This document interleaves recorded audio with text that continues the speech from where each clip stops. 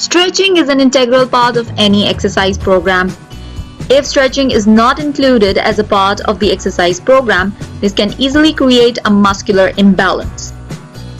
With the help of stretching, you can easily avoid a common problem such as lower back pain. In this video, I would be sharing one upper body stretch and one lower body stretch. Both of these stretches you can do in lying position. As you can see, this is a type of lower body stretch.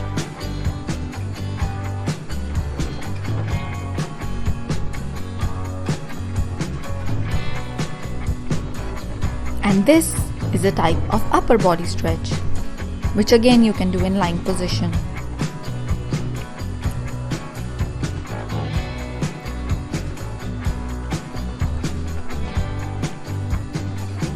While doing this stretch, make sure that there is no gap between your back and the floor, and your back lies flat on the floor. This is the correct way of doing it.